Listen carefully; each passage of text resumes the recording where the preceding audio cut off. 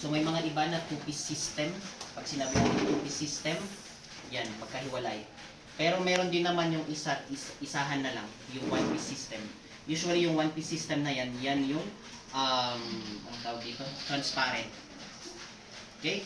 So, the first thing that you are going to do when it comes to these kinds of procedure is, again, always, remember yung essential tasks ninyo. So, for the first one is you are going to introduce yourself to the patient. So, alam niyo naman na siguro yan sa fundamentals of nursing 2 sa mga procedures ninyo. So, and establish rapport also. So, good morning, ma'am. Or good afternoon, ma'am. I am Silver. I will be your caregiver for today. How are you feeling right now? Ganyan. So, magtanong kayo ng mga anything that is answering by yes or no na questions. And then, bahala na siyang mag-ano. Okay? And then, after that is you are going to verify if the patient is correct. So, pag once na bine-verify mo yan, you have to take note, tignan ninyo sa may wrist tag. Kung walang wrist tag, tignan niyo dito or doon sa may foot part ng bed. May mga nakasulat na pangalan dyan for identification. So, can you state your name, ma'am? Yan. Huwag niyong tinatanong na, are you Miss Osang? Ganyan. Huwag niyong tinatanong na ganun. Kasi there might be a tendency na baka nahihilo yung patient and baka iba yung masasabi niya. Baka bigla niyang sinabing yes, yun pala no. Okay? So, dapat pinapastate niyo yung pangalan niya.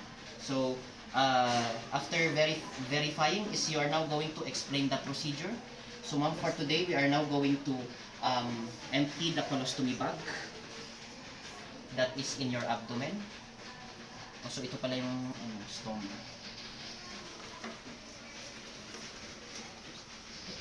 Assuming na lang na ganyan.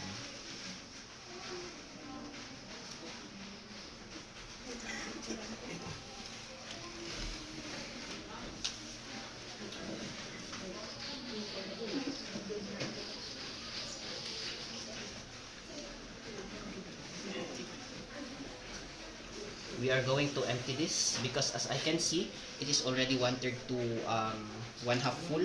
So yung nakasulat dyan sa ano ninyo, you have to make sure 1/3 to 1/2 full dapat ang kanyang ano. So dito. Wag nyong hintayin na as in na punong-puno ito before ninyo i-empty yung colostomy bag. Okay? So with regards to this, ma'am, there are some parts of your body that I'm going to touch. Would that be all right with you, ma'am? Ganyan. And we are going to empty this so that it will prevent any discomfort that you might experience in the future. So you have to explain the procedure and then you also have to state the purpose. Okay, so after explaining the procedure and stating the purpose, you are now going to gather the materials needed. So meron na dito. Oh, kalimutan ko yung sa yan. Pero sa ano na ito, since you are dealing with fecal matters, kailangan naka-clean gloves. Not necessarily na sterile gloves. Okay? So after that, after gathering all the materials needed, yan na, that's the time that you are going to provide privacy to the patient. How do you provide privacy? Hindi naman lock the door. Close the door, and then you are going to draw the curtains, close the windows. Okay? So lahat ng yan, provide privacy to the patient. After providing privacy to the patient, you also ensure the safety of the patient. So when going away, you have to make sure naka-raise yung side rails. You also have to check for the wheels of the bed. Dapat nakalak yan. Kung hindi yan nakalak, mag-perform pa ng procedure, gagalaw-galaw yan. So it might pose at some risks doon sa safety ni patient. And then after you are now going to after all these essential tasks, you are now going to adjust the bed according to comfortable working height. So pag sinabi natin comfortable working height, tingnan mo kung masyadong mataas, kung masyadong mababa. Kung masyadong mataas, you adjust it. May mga ibang hospitals, yung bed nila is na-adjust yung the whole bed. Ito kasi dalawa lang. It's either the foot. Meron naman yung mga iba na yun, tama. Yung mga ibang hospitals na na-adjust yung kanyang bed, the whole bed. Okay? So after adjusting the bed according to comfortable working height, you're now going to wash your hands, perform hand hygiene, and then you are going to wear clean gloves. So mag-start na tayo sa main procedure. The first thing that you're going to do in here sa colostomy care is you are going to position the patient Emptying muna tayo, ha? So again, assuming na naka-gloves ako, may gloves dun sa taas, kaya lang masyadong masikip. You have to also, anong tawag dito? Position the patient in supine. Supine position or flat on bed. Ayan. So usually kapag bedridden si patient, ganito nakaposition yung ano niya. Yung dito yung direction ng kanyang colostomy bag. Okay? And then you are also going to prepare this one.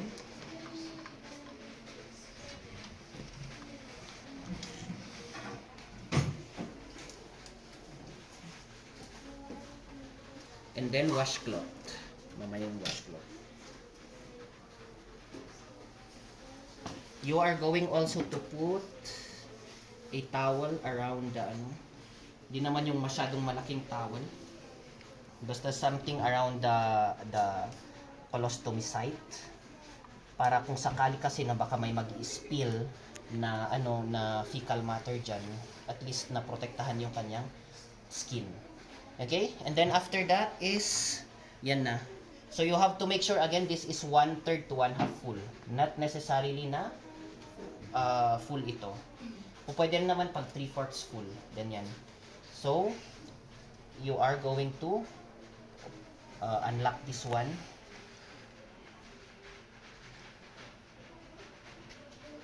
Ayan. So again, naka-gloves ako dito. And ito yung open end niya. And then punta nyo doon. And then when you are going to empty this, you have to make sure yung isang kamay andoon. Then yung isa is andun. Tapos iganyan ninyo. Ganyan.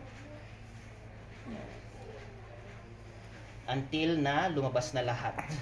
So pagkatapos nito is you are going to get washcloth. So dapat wet ito, nakasok sa water. And then you are going to clean. So pati dito sa inside part niya, kaya lang hanggang dito na banda.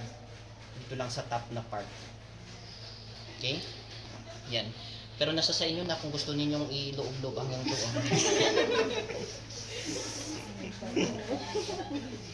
Ayan. And then, after that, pag natapos nang nalinisan ito, you also ask the patient, kasi nga mabaho ito, ask the patient kung gusto niyang mag-apply ng deodorant or any na pampabango dito sa ano. So kung yes, sinabi niya, then you are going to put. Pero pag hindi, dyan mo na ilalak. Pero before locking, you have to make sure na pati kasi yung air is nakalabas na. Okay? Saan nilalagay yung deodorant? Dito sa ano, sa yung kung saan mo nilinisan. Dito lang sa top part. And then, ayan, ibalik ninyo. Anong klaseng deodorant? Kahit hindi pa nga. Any. Pwede rin naman yung ano, may, hindi ko alam kung may mga specific na ano dito na pampabango. Pero basta any perfume, any deodorant na pwedeng pampabango dun sa ano patient. Okay? So ayan. Then you are going to remove this. Tapos ito, dapat tinitignan niyo yung tae. Kung may ano dyan. Pero nasa sa inyo na kung gusto nyo amuyin at tikman. Yan. Confirm saan. Okay? So, tignan ninyo kung ano, may dugo, ganyan. So, may nakasulat dyan sa ano ninyo, checklist ninyo na Bristol stool chart. We will soon discuss about that. Yung mga types ng tae. Okay? So, and then after that, ipunta mo na ito sa ano, itapon mo na sa CR. Discard all the materials that are needed to be discarded, and then you also are going to organize all the materials. Huwag mo munang hinahawakan yan kasi syempre nakahawak ka ng tae, di ba? So dapat before na pinoposition ninyo si patient into comfortable position, make sure na natanggal na yung gloves ninyo, kasi pag pinoposition niyo si patient na ano, wala na, naipahid-pahid na dun sa katawan niya. Okay? So make sure na natanggal muna yan, and then assist the patient into comfortable position. his or her comfortable position. Dapat hindi kayong nagdi-dictate. May mga iba kasi pag nag-RD sila, dinidictate nila kung anong dapat ang position ni patient. Okay? And then, raise the side rails also. So, you have to thank the patient. Thank you, ma'am, for your cooperation. If you need anything else, I'm just there at the nurses station or saan pa ba? Pwede yung pagtambayan as caregivers. Okay? Or I'm just there at the garden playing with the butterflies. Yan. And then, after that, you are now going to perform hand washing. And after performing hand washing, you are now going to document unusual observation or untoward reaction ni patient doon sa procedure na ginawa mo. So that is emptying. Now, we are going to have changing the colostomy bag. So, diretso na ito. Pag once na nag-perform kayo sa colostomy, essential task, and then emptying, and then pagdating na sa changing the colostomy bag, huwag nyo nang yung essential task kasi natapos na yan. So, diretso na ha pag changing. So, when it comes to changing the colostomy bag, kailan ulit pinapalitan yan? Every ilang days? 3 to 7 days. Dito nakakaano. Galin nyo na yung sa anong tawag dito? Colostomy bag, but you also have to make sure dapat meron din palang malinis na waste receptacle dyan. Kasi baka bigla mong tinanggal, merong mga mag-spill na na mga tae dyan. So pag once na tinanggal ito, at once na. Pag sinabi nating at once, pag 2-piece system, isahan na lang. Huwag nyong yung mga iba kasi tig-isa yung ginagawa nila. At once na. Para mas ma-prevent yung pag-spill ng kung anumang tayo dyan na nakita mo. Okay? So, ayan. Pag once na tinanggal...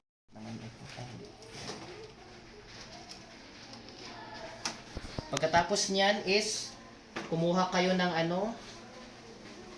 punasan ninyo yan.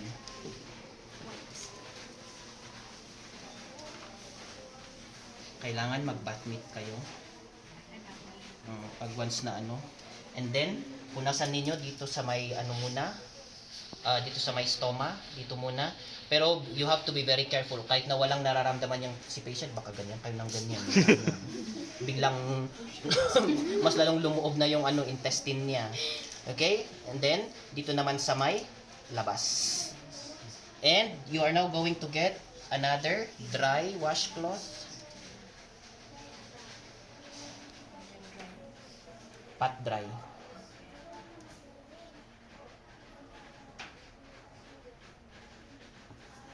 And then after that, kumuha kayo ng measuring card. Meron tayong tinatawag na measuring card. Nakalimutan ko yung ginawa ko dun sa taas. Anong tawag dito? May mga butas-butas yun. Tapos ginaganyan-ganyan mo lang para makita mo kung ano yung sakto doon sa stoma ni patient.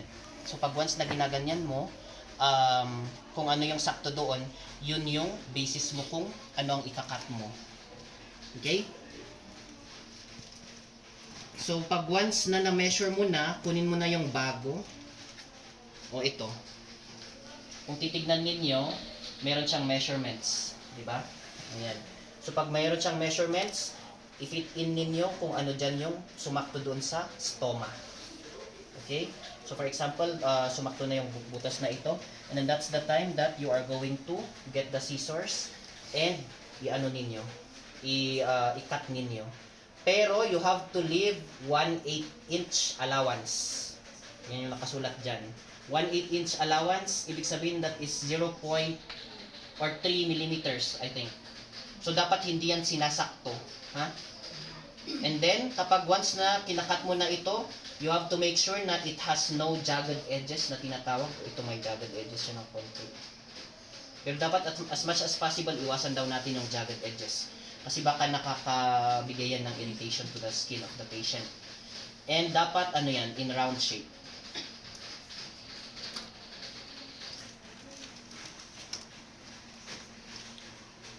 Then, after that, pag natapos mo na yan, Nini. Saan na ngayon?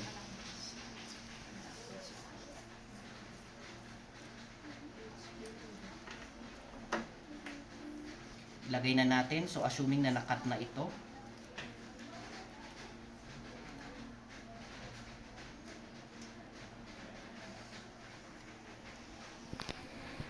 So, pag two-piece system, mas maganda na mas mauna ito. So, you have to remove the skin barrier. So, na yun. Ito, yung may measurement na ito, tanggalin mo yan. Pero wag mo nang whole. Dapat kalahati lang muna. Ganyan. So, dapat you have to make sure na naka-fit in yan. So, yung nakat mo yung skin barrier dito, i-paste mo na doon. Bakit kailangan na na hindi muna natin tatanggalin ng hole yan? Kasi baka pag nilagay natin ito, hindi siya anong tawag dito? O hindi siya magti-tape, mahirapan ang pag dito. Kasi pag once nabuo yan, baka maipopress mo na mas lalo na ganun. So, mas lalong lulubog doon sa tiyan ni patient. Kaya ang gagawin natin, ganyan. So, naka-paste na yan, di ba? And then, yung sa baba na hindi pa natatanggal yung skin barrier, doon mo yan. Okay? So, dapat may clicking sound. Kasi ito is, hindi naman ito yung skin barrier niya. And then, pag once na may clicking sound, that means mahigpit na yung pagkakalagay. Tanggalin na yung skin barrier doon. And then, i-paste mo na doon. Okay? So, pag bedridden si patient, usually ganito. Hindi ko alam sa mga ibang patient na ambulatory. May mga iba na ganun. Pero pag, I suggest pag bedridden si patient, dito nyo na lang i-position yung kanyang colostomy bag. So, pag once na natapos na yan, huwag nyo munang nilalak, ha? Kasi may mga ibang packages, meron na yung lock dito. Pero, kung sakali na ilalagay nyo ito, tanggalin nyo muna yung lock. Bakit? Kailangan natin tanggalin yung air. So, tanggalin natin yung air. And then, dyan na natin i-position yung open end niya upwards. And then, i-lock. Ano ba yan? Teka lang.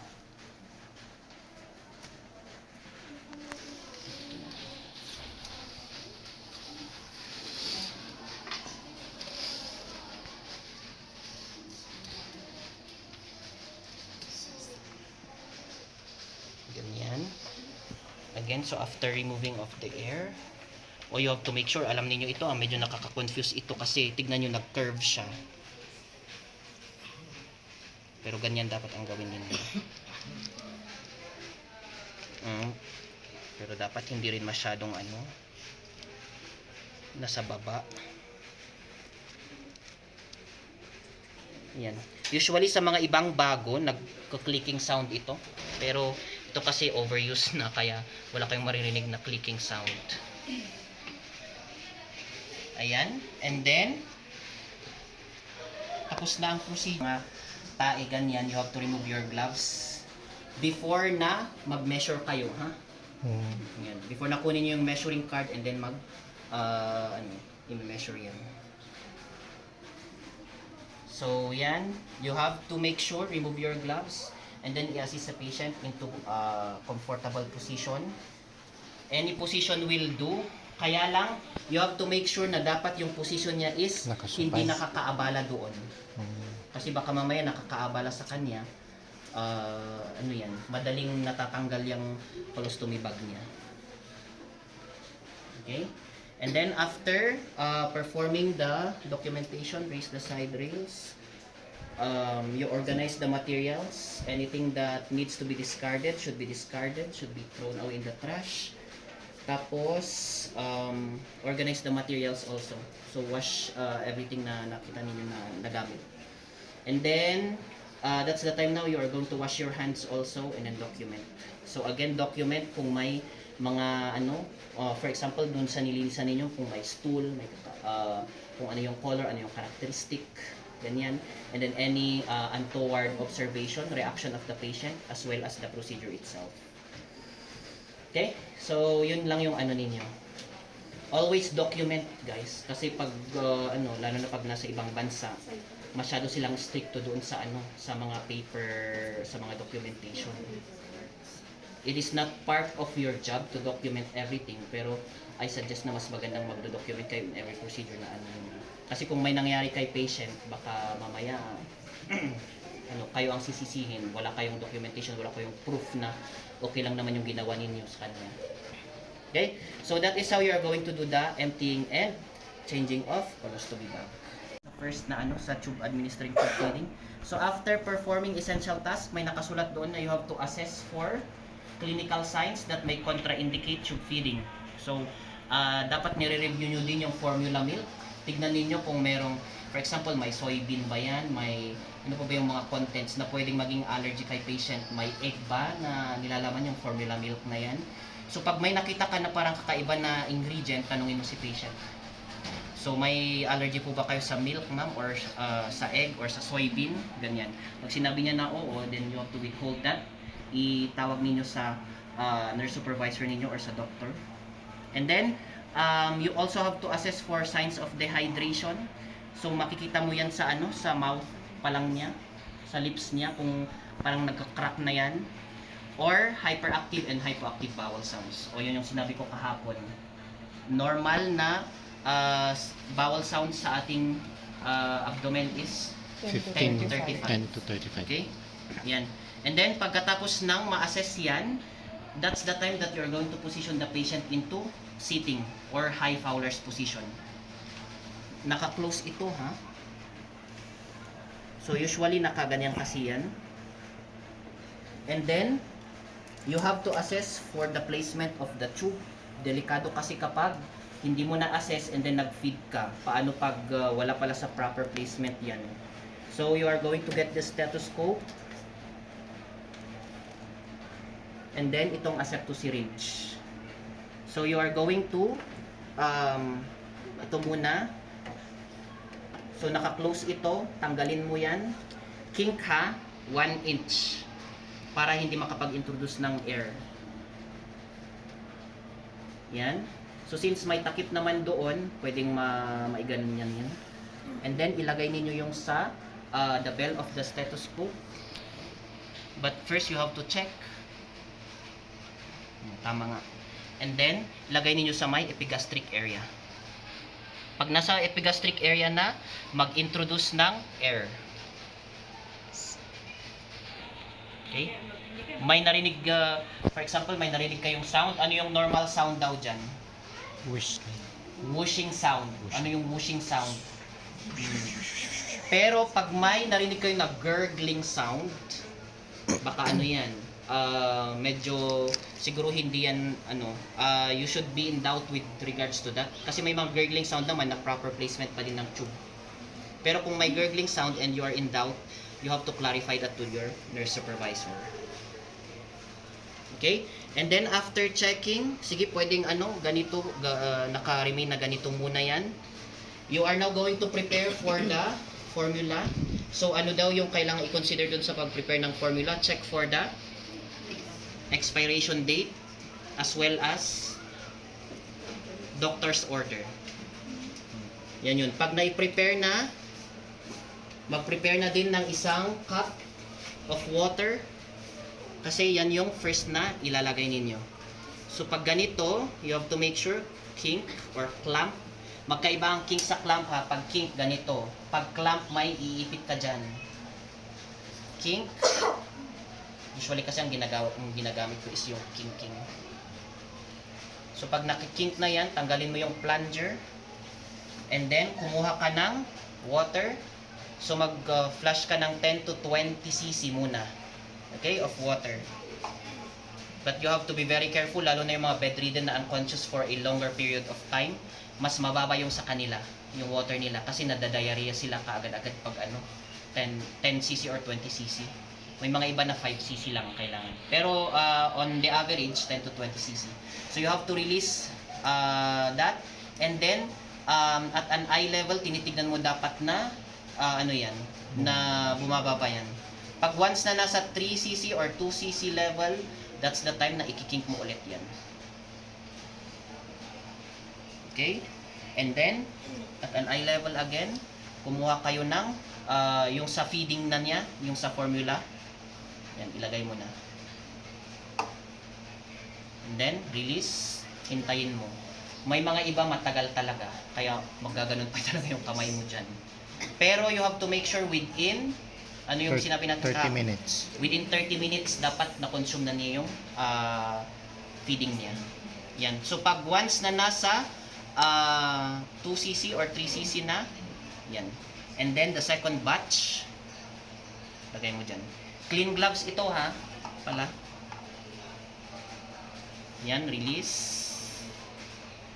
And then, 2cc ulit, yung sa water na, para pang flush.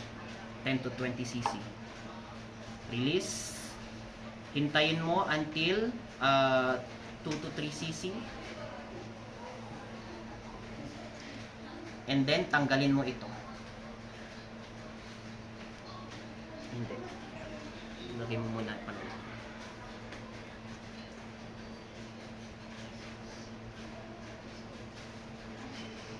Yung 2cc na yan, you have to make sure na andito na siya. Yung tubig, andito na. Okay? And then, dyan mo na lang ilock.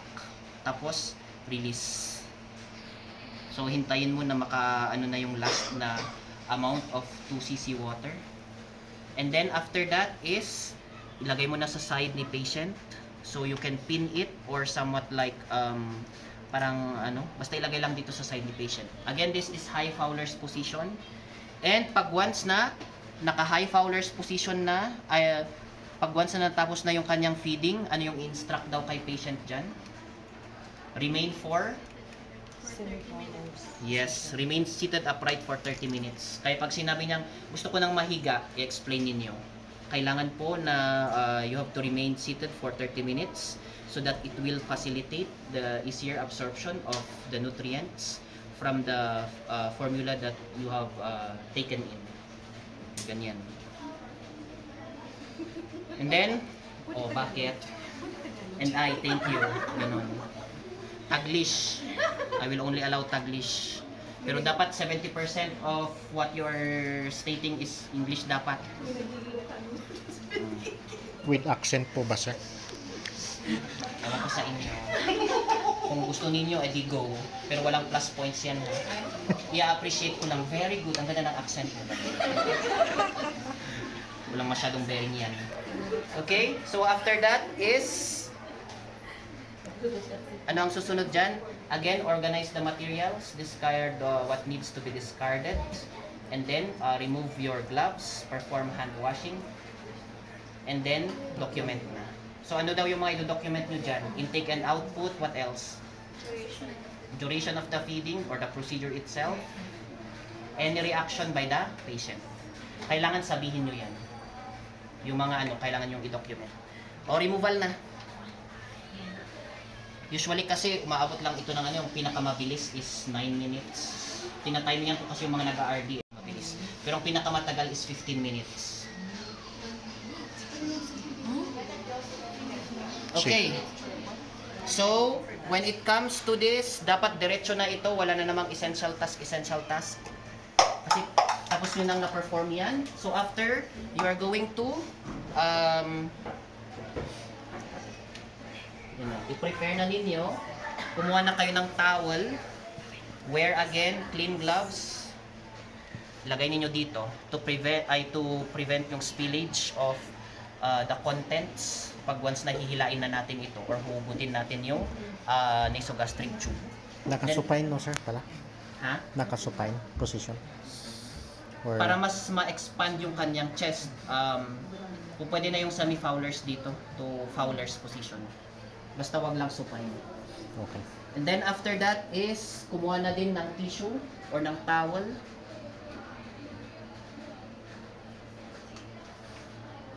And then yung isang kamay, yung isang kamay sa yung magpo-pinch doon para mas ma-secure. Kasi pag once na ginaganyan, and then ginaganyan mo, paano pag biglang hinugot ni patient? Okay? So yan, and then pag hindi matanggal ito, yung naka-tape dito, you can use cotton balls with soak in water. Again, water ha. Pag may nagsabing alcohol dyan, -5 ka agad from your total score. Okay? Yan, tanggalin. And pag natanggal na yan, yung isang kamay, andyan, and then, dapat ako ganun pala yun. Coil. Pag once na naka-coil na, i-remain mo dyan, para yung isang kamay, under this. And then, instruct the patient to, ano yung nakasulat dyan? Breathe deeply. Yan. So, hingang malalim, ma'am. Yan. And then, habang hinuhugot mo, continue to instruct the patient na kailangan niyang humingang malalim. Kasi nakakakos yan ng discomfort.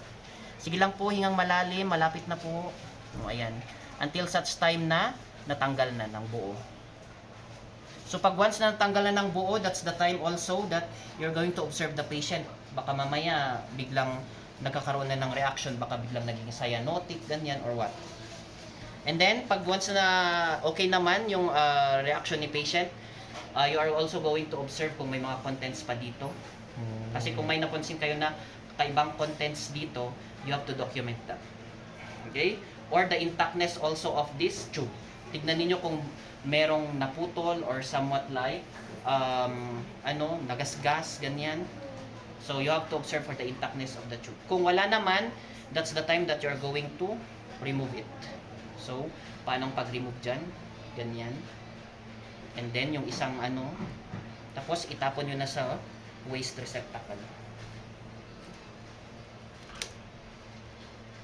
Pag natapon na sa waste receptacle,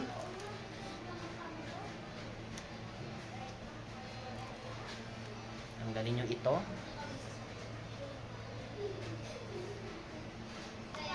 Perform hand washing again, and then magsuot ng bagong gloves. You provide oral and nasal care. Pero hindi na niyo gagawin yan kasi ginawa niyo na yan sa fundamentals to niyo yung oral care. Pero kailangan sabihin niyo pa din ha. And after na mag-provide ng oral and nasal care, you are now going to organize the materials na naman. Discard what needs to be discarded. And that's the time that you are going to remove your gloves, assist the patient to comfortable position, and you have to wash your hands again and document. Ano ang i-document? Ano yung nakasulat dyan? The procedure. Ano pa? Assessment yan. Sorry, hindi ko na relevant assessment of the client, on the client or of the client. Ano pa? Amount and appearance of any drainage or secret. Yan, yung nakita ninyo, lalo na dito. And tignan din ninyo, may mga iba kasi na pag once na hinugot yan, nagdudugo na. Kaya baka there might be something wrong dun sa insertion. Okay? So lahat ng mga yan, you have to document that and then notify also your nurse supervisor or the doctor. So that is how you're going to perform it. So mauna na naman mauna muna ang colostomy ha. Yan. So that would be Thursday